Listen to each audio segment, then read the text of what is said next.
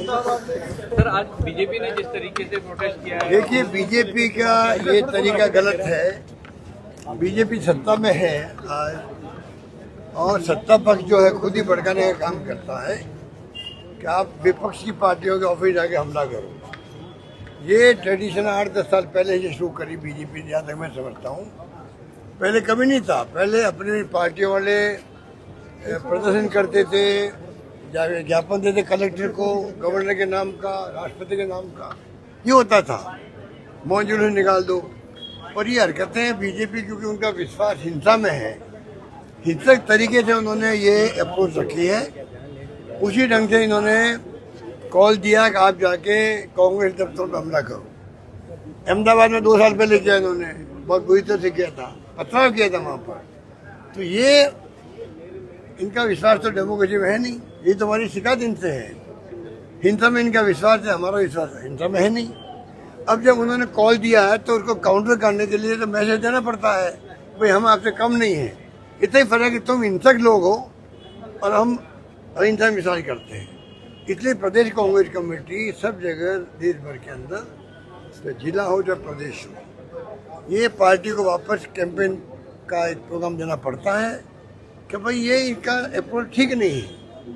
ये इनको खुद को समझना चाहिए। सत्ता में वो लोग हैं, हमला करें हमारा ऑफिस के अंदर, क्या तरीका हुआ इनका। सर, नेता विपक्ष को ब्रूटली सड़कों पर घेसा गया है, उसके राइट्स होते हैं एक एलओपी के। पूरे देश में निंदा हो रही है उसकी, क्योंकि जब कल रात से ही आने लगे थे विजुअल, आज अखबारों में फोटोग्राफ आई है, जिस रूप में राहुल गांधी जी को घेर करके पटक करके जो हरकत की गई है ना, पूरे देश में बहुत बड़ी निंदा हो रही इनकी।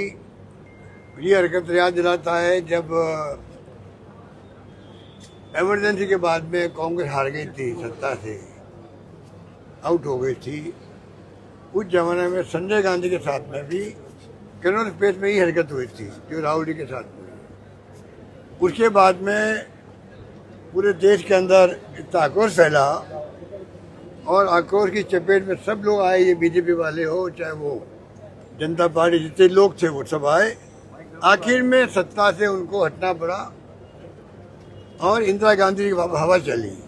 अब जो हरकत कल की है राहुल गांधी के साथ में, ये हरकत भी ले डूबेगी इन लोगों को। पूरे देश में घर घर के अंदर आक्रोश पैदा हो गया है, क्योंकि समस्या ने झूठ रहे पहले से ही हो, तो चाहे बेरोजगारी की हो चाहे वो महंगाई की हो, तोड़फोड़ हो रही है देश के अंदर, वो देख रहे हैं।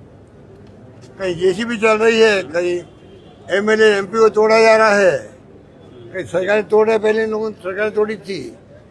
तो चारों ओर जो डेमोक्रेसी को खत्म करे, इलेक्शन कमीशन इनके कब्जे में है।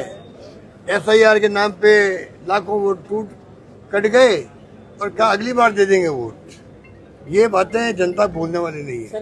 हर परिवार में जिसका संबंध नहीं भी है छात्रों से, वो भी अब बाहर आ गया।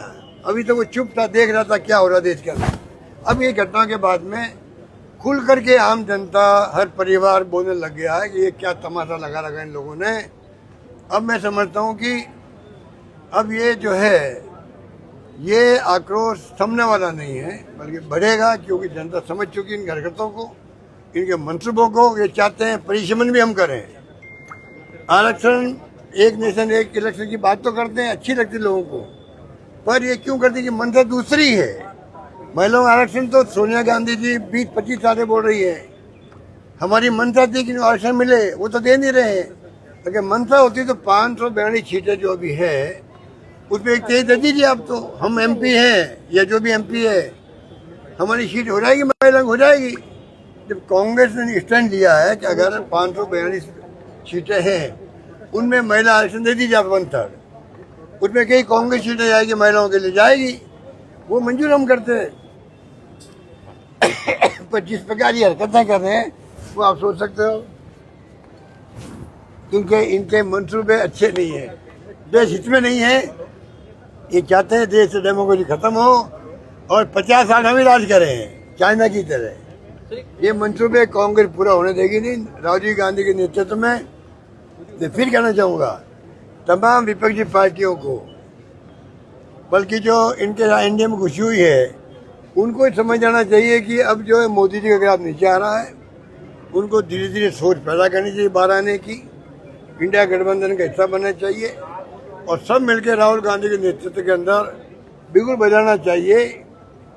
एनडीए गवर्नमेंट हटाओ, मोदी जी गवर्नमेंट हटाओ और डेमोक्रेसी को मजबूत करो, ये नारा सबका होना चाहिए। आम सर, ये आदमी राहुल पार्टी गांधी जी शांतिपूर्वक धरने पे गए थे, लेकिन जितेंद्र प्रसाद जी कह रहे हैं कि मांगे बार बार बदली गई, हम लोग तो ये मनाने छोड़िए, वो के तो लिए उनको तो कुछ शब्द पकड़ने होते हैं। जब राहुल गांधी 1 महीने पहले से कह रहा है कि धर्मेंद्र प्रधान जी का इस्तीफा होना चाहिए, शिक्षा का सिस्टम बदलना चाहिए, जो फीस लेते हैं बच्चों से 8-9 लाख रुपए पर ईयर लगते हैं, उनके रेवेन्यू इतनी ज़्यादा होती है, इतना तो बजट उनका सरकार का है। ये तमाम कोटा के अंदर देहरादून में उन्होंने समझाया लोगों को। देश समझ चुका है, देश समझ चुका है, खाली मोदी जी, अमित शाह जी और धर्मेंद्र प्रधान जी नहीं समझ रहे, सब समझ सर, गए। आप विपक्ष की एकता की बात कर रहे हैं, उधर आम आदमी पार्टी का जिस तरीके से रिएक्शन आ रहा है वो तो सीधे वो मैं इतना उनको पागल नहीं समझता था, इतना नहीं समझता था, थोड़े बहुत पागल थे वो। अब मालूम पड़ा कि वो पागलपन की हदें पार कर गई। वही संजय सिंह, जिनका मैं बहुत सम्मान करता हूँ, क्योंकि उन्होंने राम मंदिर को एक्सपोज किया, अच्छे बोलते हैं, अच्छे वक्ता है, अच्छे तर्क देते हैं। हमारी पार्टी में कई लोग बहुत उनके मुरीद भी हैं, जिसमें मैं भी हूँ। पर जिस प्रकार कल उन्होंने जो बयानबाजी करी, प्रधानमंत्री मोदी जी ने राहुल गांधी को बैठा दिया पीएम के बाहर, तब मुझे लगा कि इनके पागलों की कमी नहीं इन लोगों के अंदर।